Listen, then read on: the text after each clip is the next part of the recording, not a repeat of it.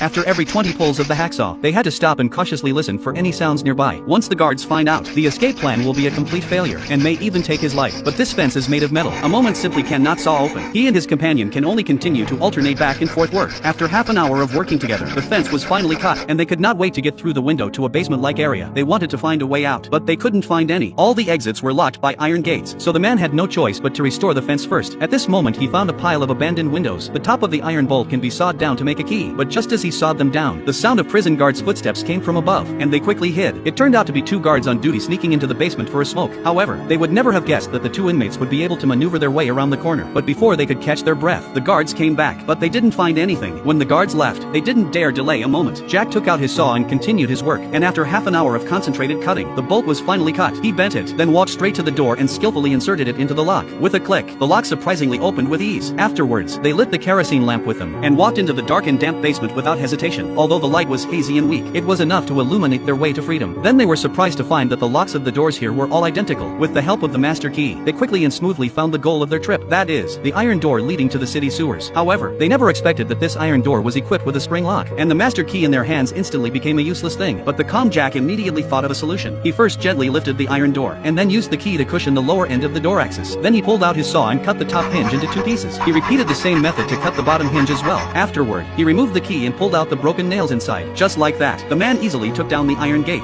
Seeing that they were only 1 step away from freedom, they didn't hurry to leave. Instead, they broke a matchstick in half, wedged it into the hinge gap, and hammered it in using the master key to perfectly disguise the tampering. Once done, Jack climbed inside and reattached the gate. In this way, they not only succeeded in removing the iron door, but also cleverly camouflaged the scene. Even if the prison guards appeared here, it would be difficult to find any abnormality. The 2 of them entered the sewer with excitement, but unfortunately it was sealed by a thick cement. The cement was too solid to break with regular tools, but the cement used on the sidewalls was of poor quality and could be scraped off with a little force. Jack said it would only take a few days to dig it out, and he'd find the tools to come down tomorrow to make it official.